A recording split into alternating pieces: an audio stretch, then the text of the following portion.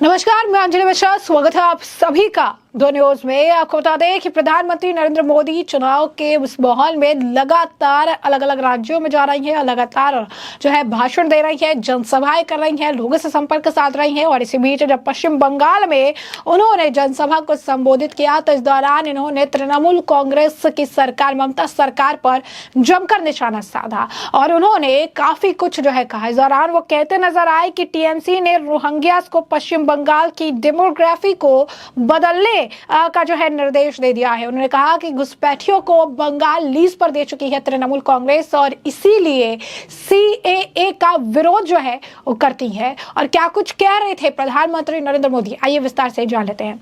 तो लोकसभा चुनाव 2024 के पहले प्रधानमंत्री नरेंद्र मोदी पश्चिम बंगाल के मुख्यमंत्री तृणमूल कांग्रेस की चीफ ममता बनर्जी को घेरते नजर आए। उन्होंने आरोप लगाया कि टीएमसी ने बंगाल को अवैध घुसपैठियों को लीज पर दे दिया है।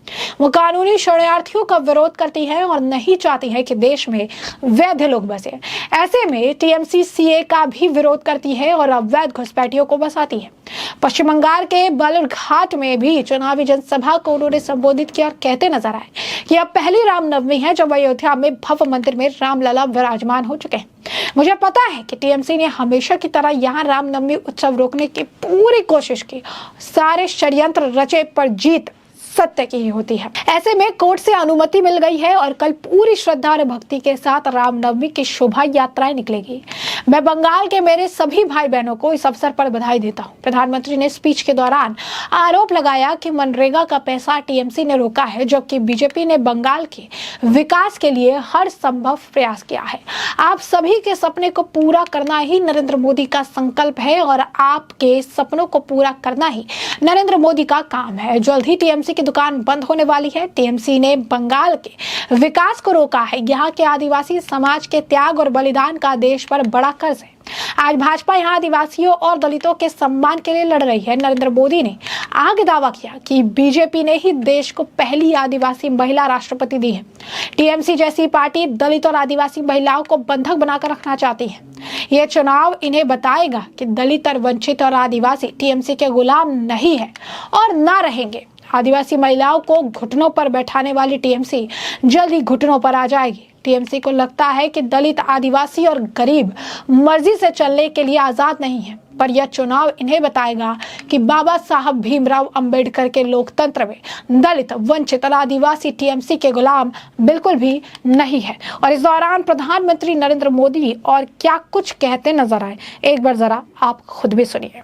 टीएमसी बंगाल को गरीब बनाए रखना चाहती है ताकि उसका कारोबार फलता फूलता रहे।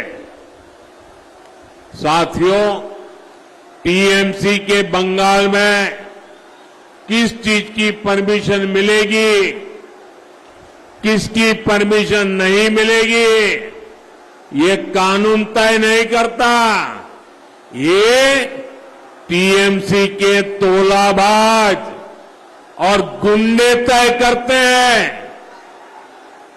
बंगाल में रामनवमी की शोभा यात्रा की परमिशन नहीं मिलती।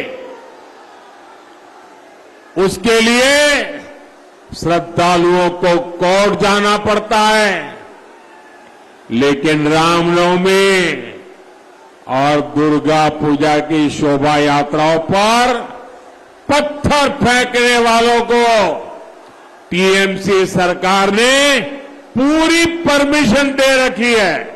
तो जैसा कि आपने सुना, प्रधानमंत्री नरेंद्र मोदी जो है साफ तौर पर कहते नजर आए कि टीएमसी में पश्चिम बंगाल को गुंडों और घुसपैठियों के पट्टे पर दे दिया है। प्रधानमंत्री ने कहा, संदेश खाली में महिलाओं के खिलाफ अपराध की घटनाओं से पूरा देश जो है डरा हुआ है। प्रधानमंत्री नरेंद्र मोदी इस दौरान ये भी कहते नजर आए कि टीएमसी को अब लग रहा है कि मोदी ने सब योजनाओं को हर गरीब के दरवाजे तक पहुंचाने की गारंटी दी है। मोदी की गारंटी से राज्य को लाभ मिलेगा तो राज्य की जनता का विकास होगा और टीएमसी की दुकान बंद हो जाएगी। इसीलिए झूठी खबरें फैला रहे हैं, लेकिन बंगाल की जनता मेरी गारंटी से पूरी तरीके से वाकिफ है।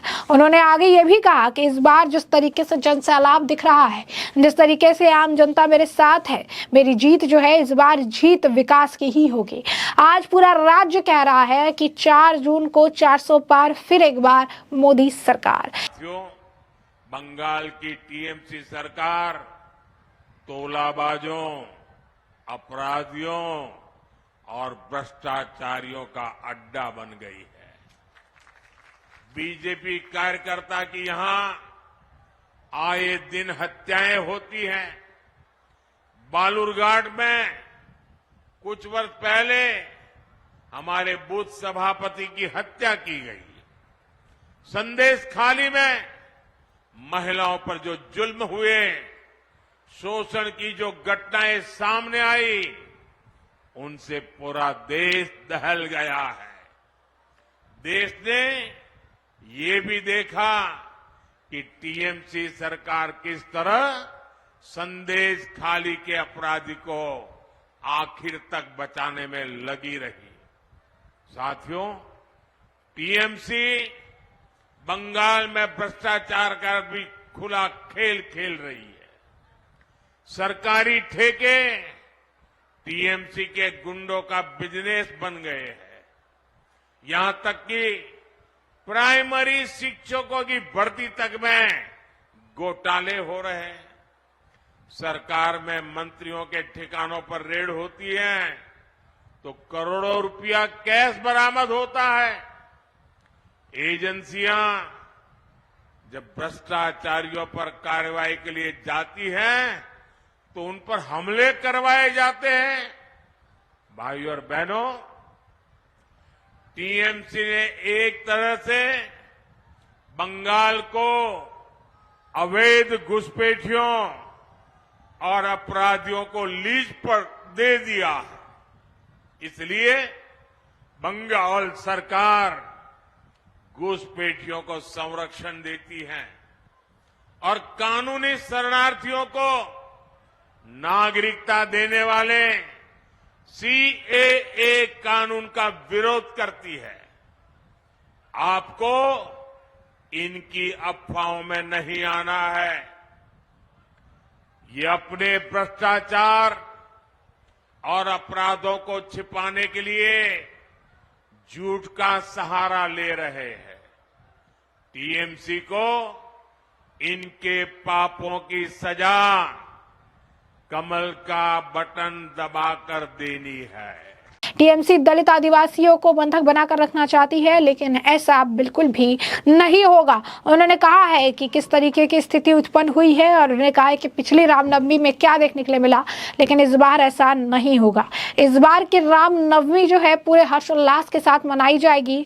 इस बार जो उन्होंने कहा कि किसी भी तरीके से जो है विरोध इसका नहीं होगा। उन्होंने पूरी तरीके से कोशिश की कि रामनवमी को जो पूरा ये होने वाला है इसको रोक सके, लेकिन आखिर में सत्य की जीत हुई। उन्होंने कहा कि हाई कोर्ट के फैसले को सच्चाई की जीत बताया और हावड़ा में वीएचपी जुलूस की अनुमति दे दी। आपको बता दें कि राज्य की सरकार और राज्य की पुलिस ने रामनवमी जुलूस लगाने से उन्होंने रोक लगाने का जो है प्रयास किया था। उन्होंने रूट बदलने की भी मांग की थी और कहा था कि रूट बदल कर जाइए, लेकिन जब यह मामला हाईकोर्ट में गया तो हाईकोर्ट ने फैसला सुनाया और ये कहा कि रामनवमी के लिए जो रूट तय किया गया है निर्धारित रूट से ही जुलूस निकाला जाएगा और अगर जरूरत पड़ी तो केंद्रीय बलों की भी वहां पर तैनाती हो सकती है, लेकिन जुलूस जो है जो निर्धारित जगह है, जो निर्धारित जो है रूट तैयार किया गया है, ऐसे में सिर्फ और सिर्फ उसी रूट से उसे निकाला जाएगा। बता दें आपको, उन्होंने कहा कि ऐसा लगता है कि टीएमसी ने राज्य को घुसपैठी और गुंडों को पट्टे पर दे दिया है। यहाँ की राज्य सरकार घुसपैठियों को शरण देती है, लेकिन नागरिकता जो है संशोधन अधिनियम सीएए का विरोध करती है, जो शरणार्थियों को नागरिकता प्रदान करता है।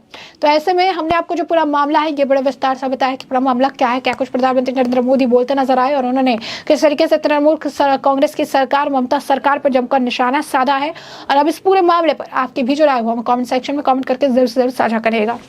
धन्यवाद।